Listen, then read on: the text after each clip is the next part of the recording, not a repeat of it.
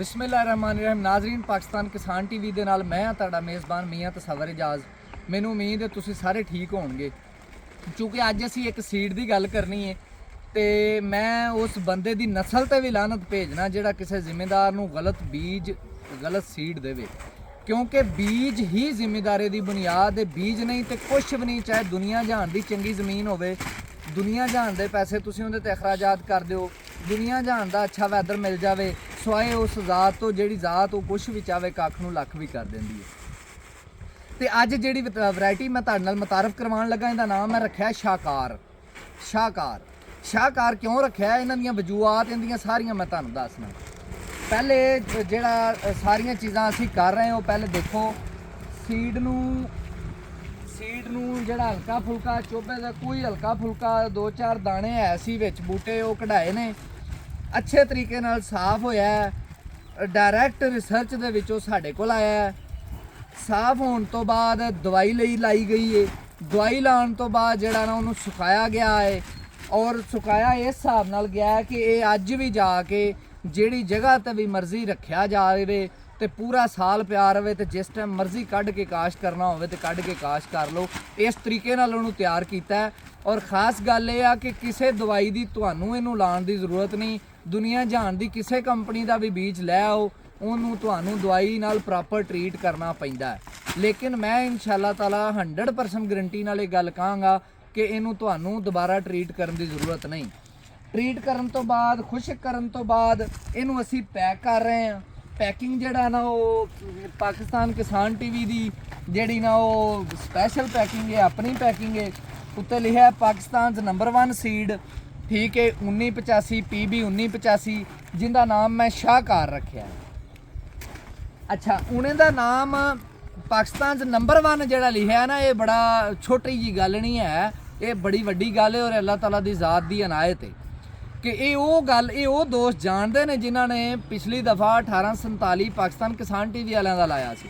ਉਹਨਾਂ ਨੂੰ ਬੜਾ ਪਤਾ ਹੈ ਕਿ ਮੁਕਾਬਲੇ ਤੇ ਪਾਕਿਸਤਾਨ ਦੀਆਂ ਨਾਮਵਰ ਕੰਪਨੀਆਂ ਦੇ ਬੀਜ ਲੱਗੇ ਸਨ, ਲੇਕਿਨ ਪਾਕਿਸਤਾਨ ਕਿਸਾਨ ਟੀਵੀ ਦਾ ਬੀਜ ਉਹਨਾਂ ਨਾਲੋਂ 100 ਦਰਜੇ ਬਿਹਤਰ ਸੀ। ਔਰ ਜ਼ਿਮੀਂਦਾਰਾਂ ਨੇ ਖੁਦ ਇਹ ਗੱਲ ਕਹੀ ਹੈ ਤੇ ਮੈਂ ਉਹਨਾਂ ਦਾ ਸ਼ੁਕਰਗੁਜ਼ਾਰ ਹਾਂ ਜਿਨ੍ਹਾਂ ਨੇ ਇਤਮਾਦ ਕੀਤਾ।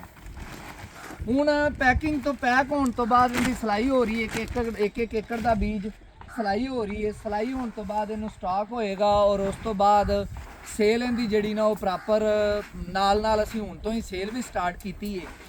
ਹੁਣ ਇਹਦਾ ਨਾਂ ਜਿਹੜਾ ਨਾ ਸ਼ਾਹਕਾਰ ਰੱਖਿਆ। ਤੇ ਸ਼ਾਹਕਾਰ ਕਿਉਂ ਰੱਖਿਆ, ਇਹਦੀ ਵਜ੍ਹਾ ਸੁਣ ਲਓ। ਪਹਿਲੀ ਗੱਲ ਇਹ ਆ ਕਿ ਇਹ ਵੈਰਾਈਟੀ 1509 ਦੇ ਮੁਕਾਬਲੇ ਦੀ ਪ੍ਰੋਡਕਸ਼ਨ ਦੀ ਵੈਰਾਈਟੀ ਹੈ। 1509 ਦਾ ਹਰ ਬੰਦੇ ਨੂੰ ਪਤਾ ਹੈ ਕਿ 50 ਮਣ ਤੋਂ ਰੱਖ ਕੇ 45-50 ਮਣ ਤੋਂ ਰੱਖ ਕੇ ਤੇ 65-70 70-72 75 ਮਣ ਤੱਕ ਹੁੰਦੀ ਪੋਟੈਂਸ਼ੀਅਲ ਹੁੰਦਾ, ਯਾਨੀ ਤਾਕਤ ਹੁੰਦੀ ਹੈ ਪੈਦਾਵਾਰ ਦੀ। ਦੂਸਰੀ ਗੱਲ ਇਹ ਆ ਕਿ 1509 ਦੇ ਬਰਾਬਰ ਦੇ ਰੇਟ ਤੇ ਵਿਕਣ ਵਾਲੀ ਵੈਰਾਈਟੀ ਹੈ 100%। 1847 ਕੋ 100 150 200 ਜਿਹੜੀ ਨਾ 1509 ਤੋਂ ਘੱਟ ਵਿਕੀ ਹੈ, ਲੇਕਿਨ ਇਹ ਸੇਮ ਰੇਟ ਤੇ ਵਿਕੇਗੀ। ਤੀਸਰੀ ਗੱਲ ਇਹ ਆ ਕਿ ਇਹਦੀ ਹਾਈਟ 1847 ਨਾਲੋਂ ਵੀ ਘੱਟ ਰਹਿੰਦੀ ਹੈ। ਚੌਥੀ ਗੱਲ ਇਹ ਆ ਕਿ ਜਿਸ ਤਰ੍ਹਾਂ 1847 ਦੇ ਵਿੱਚ ਵੀ ਡਿੱਗਣ ਦੇ ਖਿਲਾਫ ਜਿਹੜਾ ਨਾ ਇੱਕ ਤਾਕਤ ਹੈ, ਇਸੇ ਤਰ੍ਹਾਂ ਇਹਦੇ ਸ਼ਾਹਕਾਰ ਦੇ ਵਿੱਚ ਵੀ ਡਿੱਗਣ ਦੇ ਖਿਲਾਫ ਇੱਕ ਤਾਕਤ ਹੈ। ਚੌਥੀ ਤੇ ਪੰਜਵੀਂ ਗੱਲ ਇਹ ਆ ਕਿ ਜਿਸ ਤਰ੍ਹਾਂ 1847 ਨੂੰ ਨਾ ਤੇ ਬਲਾਈਟ ਆਉਂਦੀ ਹੈ, ਬੈਕਟੀਰੀਅਲ ਬਲਾਈਟ, ਨਾ ਹੀ ਬਲਾਸਟ ਆਉਂਦੀ ਹੈ, ਜਿਹੜੀ ਕਿ 1509 ਨੂੰ ਆ ਜਾਂਦੀ ਹੈ। ਲਾਸਟ ਈਅਰ ਨਹੀਂ ਆਈ, ਲੇਕਿਨ ਉਹ ਅੱਲਾਹ ਤਾਲਾ ਦੀ ਕੁਦਰਤ ਹੈ, ਉਹ ਕਿਸੇ ਟਾਈਮ ਵੀ ਆ ਸਕਦੀ ਹੈ, ਨਹੀਂ ਵੀ ਆ ਸਕਦੀ। ਇਹਨੂੰ ਨਹੀਂ ਉਹ ਆਏਗੀ, ਬਲਾਸਟ ਤੇ ਬਲਾਈਟ ਇਹਨੂੰ ਨਹੀਂ ਆਏਗੀ। ਤੇ ਉਸ ਤੋਂ ਬਾਅਦ ਇਹ ਜਿਹੜੀ ਵੈਰਾਈਟੀ ਸਭ ਤੋਂ ਖਾਸ ਗੱਲ ਹੈ ਉਹ ਇਹ ਆ ਕਿ ਇਹ ਵੈਰਾਈਟੀ ਸਿਰਫ 80 ਦਿਨਾਂ ਦੀ, ਯਾਨੀ ਤੁਸੀਂ 80 ਦਿਨਾਂ ਦੇ ਅੰਦਰ ਕਟਾਈ ਕਰ ਸਕਦੇ ਜੀ। ਮੈਂ ਸਮਝਣਾ ਕਿ ਇਸ ਤੋਂ ਵੱਡੀ ਗੱਲ ਹੀ ਕੋਈ ਨਹੀਂ। ਜਿਸ ਤਰ੍ਹਾਂ ਮਾਹੌਲੀਆਤੀ ਤਬਦੀਲੀਆਂ ਹੋ ਰਹੀਆਂ ਨੇ, ਸਾਨੂੰ ਪਤਾ ਹੀ ਨਹੀਂ ਚੱਲ ਰਿਹਾ ਕਿ ਸਾਡੀ ਕਿਸੇ ਫਸਲ ਨੂੰ ਕਿੰਨਾ ਟਾਈਮ ਵੈਦਰ ਮੁਨਾਸਬ ਮਿਲੇਗਾ। ਔਰ ਸਾਡੀ ਕੋਸ਼ਿਸ਼ ਇਹ ਹੋਣੀ ਚਾਹੀਦੀ ਕਿ ਇਹ ਸੂਰਤ ਹਾਲ ਦੇ ਵਿੱਚ ਜਿਹੜੀ ਸ਼ਾਰਟ ਤੋਂ ਸ਼ਾਰਟ ਵੈਰਾਈਟੀ ਹੈ ਨਾ, ਅਸੀਂ ਉਹ ਕਾਸ਼ ਕਰੀਏ ਤਾਂ ਕਿ ਅਗਰ ਅੱਲਾ ਦੀ ਤਰਫੋਂ ਸ਼ਾਰਟ ਪੀਰੀਅਡ ਵੀ ਮਿਲੇ ਇੱਕ ਵੈਰਾਈਟੀ ਲਈ ਮੌਜੂ, ਤੇ ਉਸ ਦੌਰਾਨ ਵੀ ਅਸੀਂ ਕਾਮਯਾਬ ਹੋ ਜਾਈਏ। ਅੱਲਾਹ ਪਾਕ ਜਿਹੜਾ ਨਾ ਉਹਦੇ 'ਚ ਬਰਕਤ ਪਾ ਦੇਵੇ।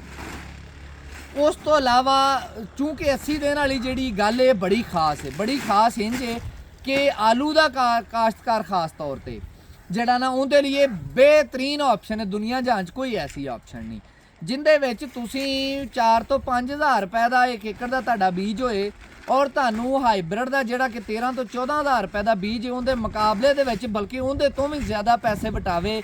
ਔਰ ਉਹ ਕਾਸ਼ਤਕਾਰ ਜਾਣਦੇ ਨੇ ਜਿਨ੍ਹਾਂ ਇਸ ਦਫਾ 1847 ਨਾਲ ਦੇ ਪੈਸੇ ਵਟੇ ਨੇ, ਉਹਨਾਂ तमाम ਵੈਰਾਈਟੀਆਂ ਨਾਲੋਂ ਜ਼ਿਆਦਾ ਵਟੇ ਨੇ ਦੁਨੀਆ ਦੇ ਹਰ ਹਾਈਬ੍ਰਿਡ ਨਾਲੋਂ। ਔਰ ਹਾਈਬ੍ਰਿਡ ਨਾਲ ਜੋ ਹਾਲਾਤ ਹੋਏ ਨੇ ਉਹ ਵੀ ਤੁਸੀਂ ਸਭ ਜਾਣਦੇ ਹੋ।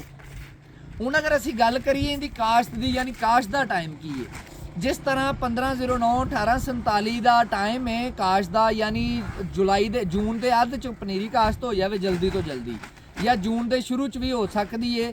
ਮਤਲਬ ਕਸੂਰ ਉਕਾੜਾ ਲਾਹੌਰ ਇਸ ਬੈਲਟ ਤੇ ਜਿਹੜੀ ਗਰਮ ਬੈਲਟ ਹੈ ਉਹਦੇ ਜੂਨ ਦੇ ਅੱਧ 'ਚ ਪਨੀਰੀ ਕਾਸ਼ਤ ਹੋਵੇ ਤੇ ਜੁਲਾਈ ਦੇ ਅੱਧ 'ਚ ਜਾ ਕੇ ਤਕਰੀਬਨ 20-25 ਦਿਨਾਂ ਦੀ ਪਨੀਰੀ ਸ਼ਿਫਟ ਹੋ ਜਾਵੇ ਤੇ ਇਨਸ਼ਾਅੱਲਾ ਤਾਲਾ ਇਹਦੀ ਜਿਹੜੀ ਪੈਦਾਵਾਰੀ ਸਲਾਹੀਅਤ ਹੈ ਉਹ 75 ਮਣ ਤੱਕ ਹੈ, ਯਾਨੀ 50 ਤੋਂ ਰੱਖ ਕੇ 75 ਤੱਕ ਅੱਗੇ ਤੁਹਾਡੇ ਸਭ ਦੇ ਨਸੀਬ ਨੇ। ਔਰ ਅੱਲਾਹ ਤਾਲਾ ਤੁਹਾਡੇ ਨਸੀਬ ਦੇ ਵਿੱਚ ਬਰਕਤ ਪਾਏ। ਇਹਦੇ ਨਾਲ ਇਜਾਜ਼ਤ ਦਿਓ। ਕਿਸਾਨ ਜ਼ਿੰਦਾਬਾਦ, ਪਾਕਿਸਤਾਨ ਪਾਇੰਦਾਬਾਦ।